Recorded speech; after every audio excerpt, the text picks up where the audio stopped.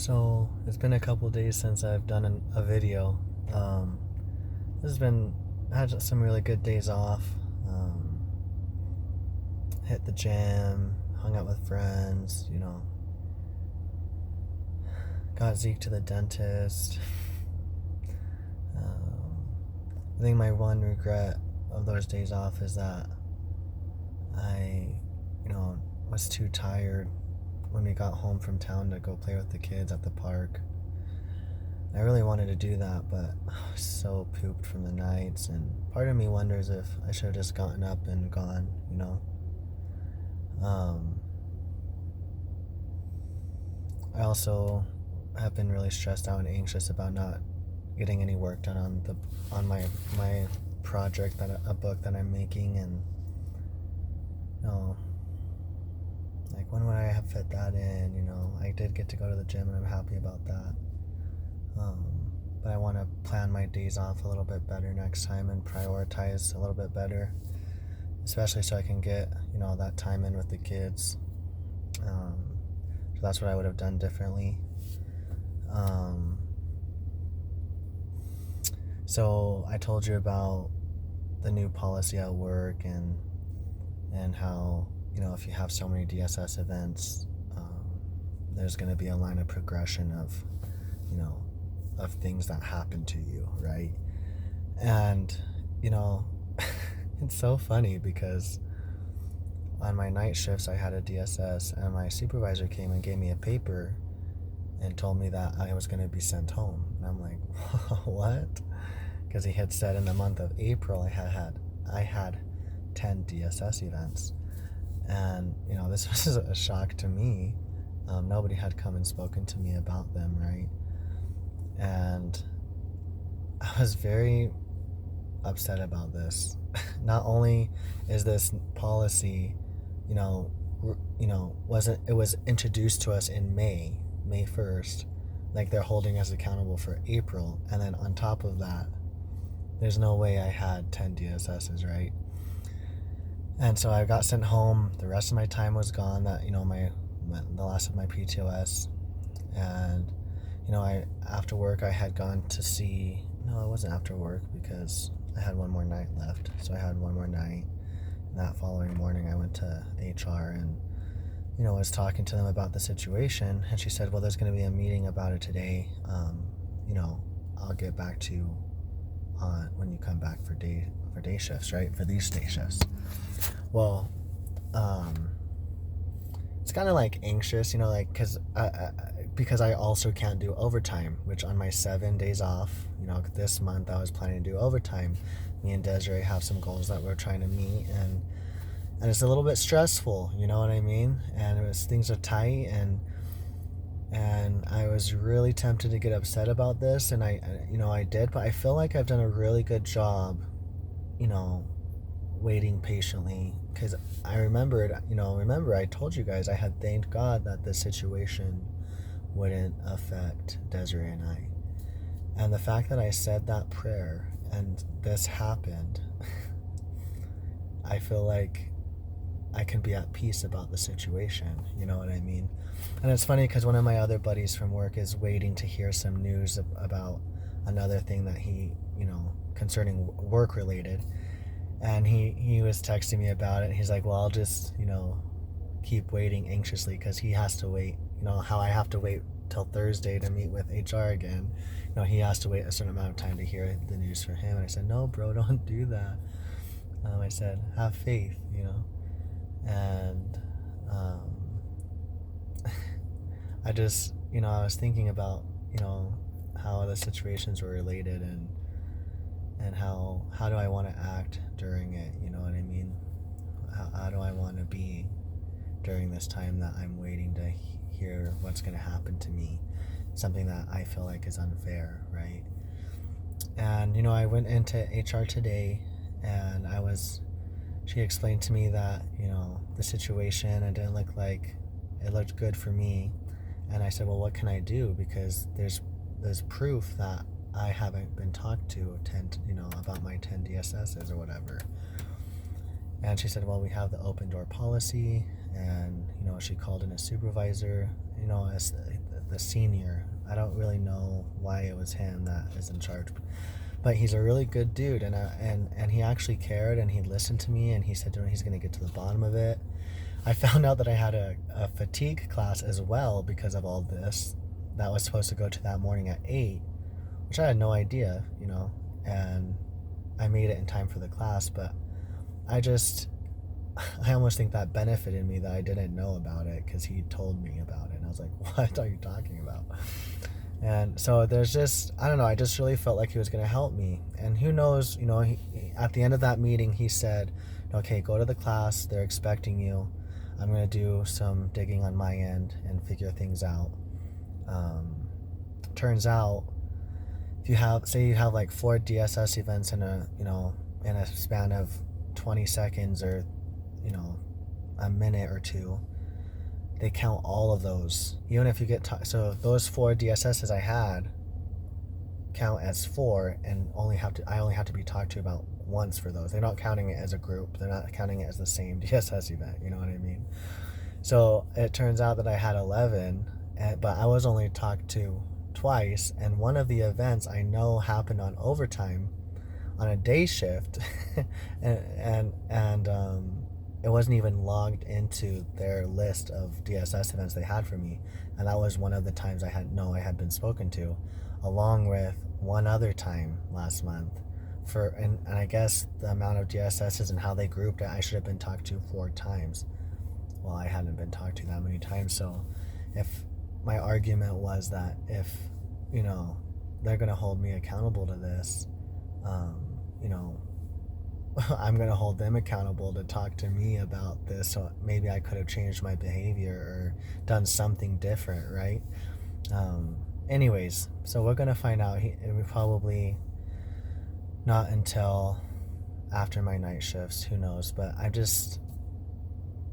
I'm praying and thanking God that everything's going to be okay, and everything, no matter how it works out, God knows how to make it benefit me. In fact, I was in class because I went to that fatigue class, and I benefited from that class. I mean, I learned some things about sleep, and also just like something, like I had some ideas on my diet. Like I usually wake up and have a big bowl of cereal, like maybe that's why I felt a little tired today, because I just had tons of sugar and it might have crashed. You know what I mean? Like I could change those small things, and maybe my evening routine I could change, especially on night shift, I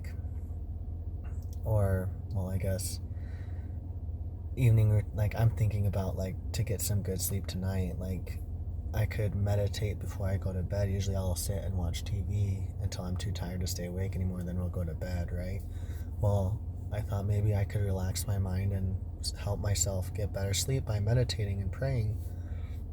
And like those were the things that really stuck out to me the most in the class, that hey, these are some small changes I can make to be healthier and stronger at work, so I can make sure I don't get any of these DSS events. And I came home tonight, and boy, I was hungry, and Desiree had a therapy appointment, so she couldn't like make me any eggs or anything. I don't cook well. I suck at cooking, and she's so sweet. She always makes me something to eat. Well, she had that appointment, so I was like, oh, don't worry about it, babe. I can just have some cereal. Well, I remembered what I thought about in class, and I wanted that bowl of cereal. It was so tempting to me, but instead I had a protein shake. And something I also thought about on the truck is how I hadn't been doing my job as the dishes and switching out the laundry very well, and I didn't want to do the dishes at all. And it was so funny because there really wasn't that much in there, but I did the dishes and I moved a load of laundry, and like these are things like, oh, good job, like pat myself on the back, but things I should be doing anyways. But these are things I hadn't been doing, and I've tried to, I want to do again, and contribute to my family, and like it gives me a purpose. It makes me like happy and fulfilled when I serve my family. It really does. And when I don't do those things, I find myself depressed and full of anxiety, and I do feel guilty too for not helping doing those things, right? This is my house, I need to help with those things, obviously. It's like duh. But those things are hard to do sometimes when you come home from work, and but and I think like I'm not the only one, right, that struggles with this, but I was just really happy with myself that I was able to help Desiree. And I mean, I think she hates when I say help Desiree, but really, if I didn't do it, she would be doing it. And just helping my family, right? Yeah, so I was really proud about that I made those, I had the discipline to, hey, I'm going to eat something healthier, a little bit lighter before I go to bed. Hey, I'm going to do my job and do the dishes and do the laundry and serve my family. I was talking to my kids, I tucked them in, said prayer with them. And, I had a little incident today with them because their other dad, Tico, has moved down here. And that's another thing that is kind of I don't even have the words. Like, something I was very nervous about, right? Am nervous about. It's something that I want to make sure I don't lose my shit on him, right? And be cordial with the kids. And like, it's a change, and I know I was thinking about it so much. I was like, man, like, it sucks that he's coming down here, which sounds so bad, but he's been living in Washington. I mean, he has really had zero involvement with the kids' upbringing, other than the occasional, trips down here. Very few.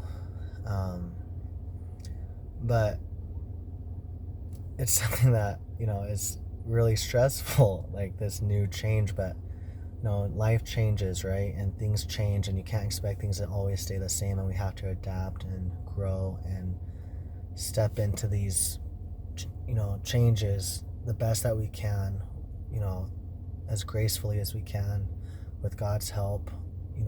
Hopefully we can do all right and not let that change hurt us, but go with it.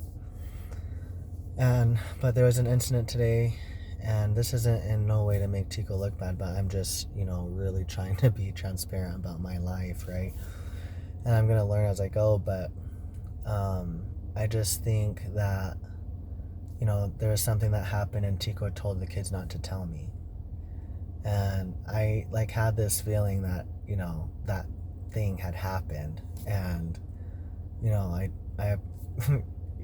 I already knew. I'm not stupid. I know when I'm being lied to, right? And especially by the kids and by Tico, I'm not dumb. But I was still trying to give them the benefit of the doubt. Well, Helaman calls me into his room, and he just starts crying, and he's like, Dad, I'm so sorry I lied to you, and please don't be mad at me, and can we still see Tico, and please don't tell him. And Gemma, she told me, and she's like, I'm sorry, Dad, but at least I told you. And am I gonna be in trouble? And of course, no. I was furious, you know what I mean? Just so, putting the kids in that position to lie to me.